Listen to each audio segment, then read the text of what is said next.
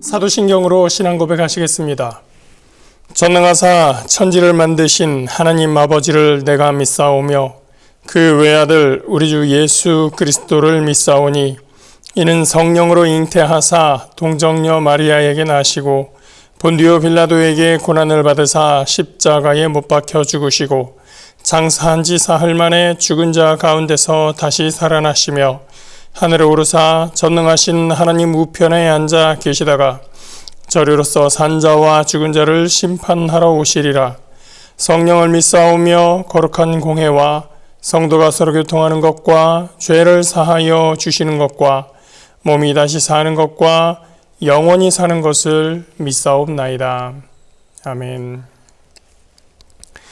오늘 함께 보실 말씀 로마서 5장 1절부터 4절까지 말씀입니다. 신약성경 245면에 있습니다. 신약 245면 로마서 5장 1절부터 4절까지 말씀입니다. 그러므로 우리가 믿음으로 의롭다 하심을 받았으니 우리 주 예수 그리스도로 말미암아 하나님과 화평을 누리자. 또한 그로 말미암아 우리가 믿음으로 서 있는 이 은혜에 들어감을 얻었으며 하나님의 영광을 바라고 즐거워하느니라. 다만 이뿐 아니라 우리가 환난 중에도 즐거워하나니 이는 환난은 인내를, 인내는 연단을, 연단은 소망을 이루는 줄 알미로다. 아멘. 지금 우리가 살고 있는 세상은 우주로 우주선을 쏘아 올리고 광활하고 거대 우주를 측정하고 관측하면서 또 반대에서는 아주 작은 세균이나 바이러스나 또 그 이하의 작은 단위들을 바라보는 아주 작은 세밀한 미시 세계를 관측하고 또 측정하는 그런 세계에 살고 있습니다. 우리가 이만큼 세상을 볼 수 있다면, 이 정도가 되었으면 우주에 대해서, 세상에 대해서 인간은 충분히 알고 있을까요? 그렇지 않습니다. 여전히 인간은 아직도 모르는 것이 너무나 많다. 더 관찰하고 더 확인할 것이 많다. 그래서 인간은 여전히 미지의 세계를 탐험하고 있습니다. 현대인들은 이렇게 과학적인 사고, 또 합리적인 생각을 하고 있기 때문에 귀신이나 영혼 같은 존재를 믿지 않을 것 같지만 당장 어제 오늘 우리 사회를 바라보고 우리 사회에서 일어나는 일들, 현상들만 바라봐도 눈에 보이지 않는 영적 존재, 영적 세상에 대해서 무시하지 않고 있다는 것을 우리는 쉽게 알 수가 있습니다. 바로 얼마 전에 인기몰이를 했었던 영화 파묘라는 것이 있죠. 저는 안 봤습니다만 이 영화나 드라마에서 도깨비, 귀신 이런 것들이 주요 소재로 등장하기도 하고, 또는 말도 안 되는 어떤 초능력을 가진 사람이 나오거나 외계인 또는 어떤 우주적인 존재가 등장하기도 하는데 그런 것들이 인기가 많습니다. 물론 연출을 잘 하는 게 문제이긴 하지만요.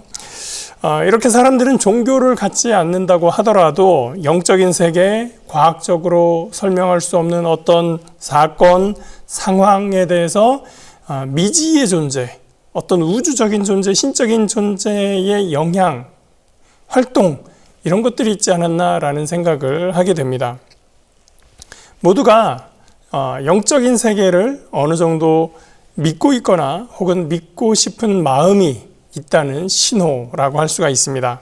그렇지 않다고 하면 21세기가 벌써 4분의 1이나 지난 이 시점에 왜 우리 주변에는 그렇게도 무당이 많고 점집이 많은지 그것을 설명할 수가 없는 것이죠. 영적인 세계에 조금이라도 관심이 있거나 어떤 신적인 존재에 대해서 어느 정도 의식하고 있는 사람들은 알지는 못하지만 뭔가 착한 일을 하고 착한 행동을 해야 한다고 생각을 합니다.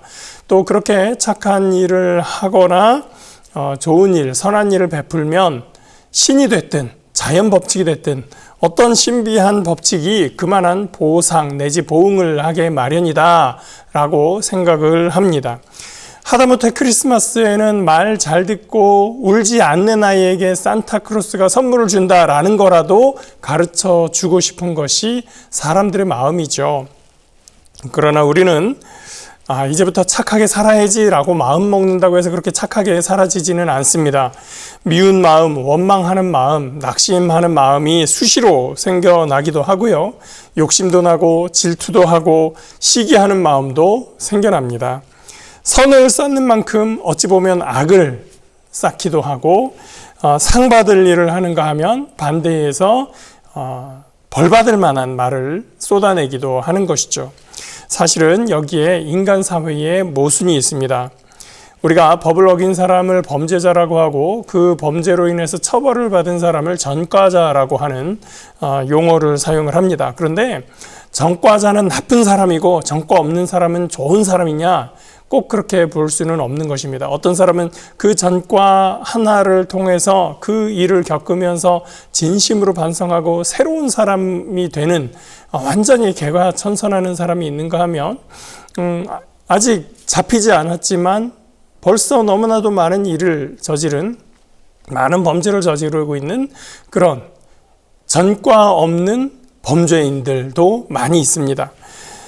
처벌 후에 전과자라고 하는 것이 그 사람을 규정 지을 수 없고 전과가 없는 사람이 그 사람의 선함을 보증하지도 않는 것이죠. 만일 우리 사회가 우리 모든 개개인의 거짓말과 나쁜 생각 혹은 남 몰래 했었던 나쁜 행동들을 다 발굴해내서 처벌할 수 있다라고 한다면 우리 사회에 우리 모두 중에서 나는 전과가 하나도 없어요 라고 할 수 있는 사람은 하나도 없을 겁니다. 그렇기 때문에 만일에 하나님께서 거룩하심을 가지고 하나님의 의로우심의 잣대를 가지고 우리를 평가하신다면 우리의 잘못된 일들에 대해서 처벌하시고 우리는 모두 다 하나님 앞에 전과자가 될 수밖에 없습니다. 오늘 본문은 이러한 인간의 존재적인 죄악에 관해 하나님과 우리가 어떻게 멀어졌는가를 전제하고 말을 하고 있는 것입니다. 1절 말씀 봅니다. 그러므로 우리가 믿음으로 의롭다 하심을 받았으니 우리 주 예수 그리스도로 말미암아 하나님과 화평을 누리자. 여기 화평이라는 말을 영어 성경에서는 peace라는 단어로 번역을 합니다. peace, 여러분 잘 아시죠? 평화라고 하는 뜻입니다. 평화는 어떨 때 있는 것이죠? 전쟁이 있는 관계에서 전쟁이 없이 화해했을 때, 화목했을 때의 상황을 평화라고 이야기합니다.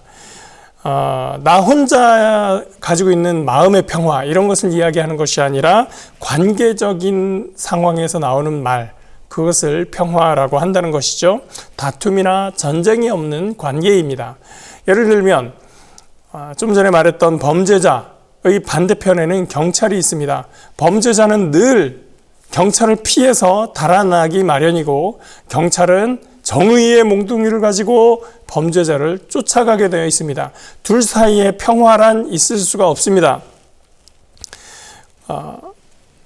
둘 사이에 평화하지 못하는 이유는 무엇입니까? 범죄가 그 사이에 있기 때문이죠. 두 사이에 평화가 올 수 있는 시점이 있습니다. 이 범죄자가 그 범죄로 인해서 처벌을 다 받고 충분히 처벌을 받고 나서 그 죄에 대해서 벗어났을 때, 그때야 비로소 둘은 한쪽은 쫓아다닐 필요 없고 한쪽은 도망 다닐 필요 없는 그런 관계가 됩니다. 거룩하신 하나님의 의로우심에 따르면 우리는 하나님과 화평할 수 없습니다. 죄가 우리를 하나님으로부터 멀어지게 했기 때문입니다. 그런데 오히려 하나님 편에서 우리의 관계를 회복시킬 방법을 제시하셨습니다. 그 아들 예수 그리스도를 믿음으로 의롭다 하는 조건을 만들어 주신 것이죠. 물론 그 믿음에 대한 대가, 그 대가를 그 죄에 대하여 치러야 할 대가를 예수께서 대신 치르셨습니다. 따라서 믿음으로 의롭다 하심을 얻은 사람들에게 주어지는 첫 번째 상급은 무엇이냐? 바로 하나님과의 관계의 회복입니다. 그것을 오늘 본문은 하나님과 화평을 이룬다고 말하고 있는 것입니다. 저와 여러분은 믿음으로써 하나님과 화평을 이루었습니다. 하나님과 관계가 회복되고 나니 이제 우리에게 새로운 세상이 열립니다. 2절입니다. 또한 그로 말미암아 우리가 믿음으로 서 있는 이 은혜에 들어감을 얻었으며 하나님의 영광을 바라고 즐거워하느니라. 믿으니까 또 하나 풀려가는 것이 있습니다. 바로 믿음으로 하나님의 은혜에 들어가게 되니 하나님의 영광을 바라고 즐거워하느니라. 그 전에는 하나님의 영광이 남의 일이었습니다. 좋을 것도 없고 기대할 것도 없었습니다. 도리어 우리가 범죄자 신분일 때는 하나님의 영광이 임하는 것을 두려워 도망가야 했습니다. 자기들끼리 믿는 사람들끼리 좋다고 할 때 뭐 그렇게 좋다고 난리냐라고 수수방관하거나 혹은 미워서 멀어져가는 그러한 쪽에 서 있었던 것이죠. 오히려 반대쪽에 있는 세상의 즐거움이 더 좋아 보이고 세상의 영화로움이 더 화려해 보였습니다. 그런데 믿음을 갖고 하나님을 바라보니 하나님의 영광이 임하기를 소망하고 하나님의 임재를 즐거워할 수 있게 되었습니다. 세상의 즐거움과 영화로움은 우리 영혼에 참된 안식을 가져다 줄 수 없죠. 우리는 오히려 하나님의 영광 안에 참된 기쁨과 즐거움이 있다는 것을 발견하게 됩니다. 그로 말미암아 우리가 믿음으로 서 있는 이 은혜에 들어감을 얻었으며 하나님의 영광을 바라고 즐거워하느니라. 3절과 4절 이어서 봅니다. 다만 이뿐 아니라 우리가 환난 중에도 즐거워하나니 이는 환난은 인내를, 인내는 연단을, 연단은 소망을 이루는 줄 알미로다. 우리가 믿음 안에 들어와 있지만 하나님의 영광을 구하며 그 은혜 중에 거할 때에라도 환난이 다가올 수 있습니다. 문제는 환난 중에 즐거울 수 있는 그러한 믿음을 가지고 있느냐 하는 것입니다. 2024년을 살고 있는 우리는 사실 초대교회 성도들이 경험했던 환난이라고 하는 것을 잘 느끼기가 쉽지 않습니다. 1800년대 후반, 1900년대 초반 처음 한국에 이 땅에 기독교가 들어올 때 그 한국 교회의 초대교회 성도들이 겪었었던 환난도 우리는 잘 알지 못합니다. 하다못해 70년대, 80년대 시절에 가족 중에 나 홀로 신앙생활하면서 겪었었던 그 시절의 고난과 환난도 이제 먼 옛날 이야기가 되어버렸습니다. 믿음이 충만하고 성령이 주시는 은혜가 넘칠 때 우리 신앙의 선배들도 또 우리 성도 여러분들 중에도 세상의 환난과 어려움이 아무런 걸림돌이 되지 않던 때가 있었습니다. 믿음이 있을 때 환난은 인내를, 인내는 연단을, 연단은 소망을 이루게 되고 있습니다. 그것을 우리 성도들은 경험하고 알고 있었습니다. 우리가 이 순서를 잊지 않는 것이 중요합니다. 환난을 겪고 있을 때 비로소 예수를 믿으니 그 모든 환난이 사라지고 없어질 수도 있지만 예수를 믿음으로 인해서 오히려 환난을 즐거워하는 것이 참된 믿음의 삶이다라고 하는 것이죠. 믿음이 우선이고 그로 인해서 의로운 백성이 되어 진리 안에 거할 때 하나님의 뜻 가운데에서 환난이 벗어지기도 하고 환난을 통과하기도 하고 환난을 피해가기도 하는 것입니다. 그 어떤 상황에서도 내게 능력 주시는 자 안에서 내가 모든 것을 할 수 있다 라고 고백하는 것이 참된 믿음이 있는 사람의 삶이고, 그렇게 해서 주와 함께 표대를 향하여 달려가는 것이 주님께서 우리에게 주신 믿음의 삶을 살아가는 그리스도인들의 삶인 것입니다. 오늘 하나님께서 주신 그 은혜 가운데 들어간 저와 여러분이 환난은 인내를, 인내는 연단을, 연단은 소망을 낳는 그 믿음의 삶 가운데서 하나님의 영광을 누리며 하나님과 화평을 즐기는 위대한 삶의 걸음으로 나아갈 수 있기를 예수님 이름으로 축복합니다. 기도하겠습니다. 좋으신 하나님 감사합니다. 하나님께서 우리를 사랑하시고 우리에게 믿음의 열매들을 허락하여 주신 것을 감사합니다. 환난 속에서라도 우리가 즐거워할 수 있는 것은 주님 주신 은혜 가운데 있으며 하나님의 영광을 즐거워하기 때문입니다. 하나님, 우리 성도들 가운데 어떠한 환난 가운데도 하나님의 임하심을 믿고 감사하며 영광 돌리며 하나님의 영광 가운데 거할 수 있도록 인도하여 주시옵소서. 오늘도 주 안에서 승리하며 낙심치 아니하며 거룩하신 하나님과 함께 이 땅을 힘차게 살아가는 모든 주의 백성들 될 수 있도록 주여 역사하여 주시옵소서. 감사드리며 예수 그리스도 이름으로 기도합니다. 아멘. 하늘에 계신 우리 아버지여, 이름이 거룩히 여김을 받으시오며 나라가 임하시오며 뜻이 하늘에서 이루어진 것 같이 땅에서도 이루어지이다. 오늘 우리에게 일용할 양식을 주시옵고 우리가 우리에게 죄 지은 자를 사하여 준 것 같이 우리 죄를 사하여 주시옵고 우리를 시험에 들게 하지 마시옵고 다만 하께서 구하시옵소서. 나라와 권세와 영광이 아버지께 영원히 있사옵나이다. 아멘.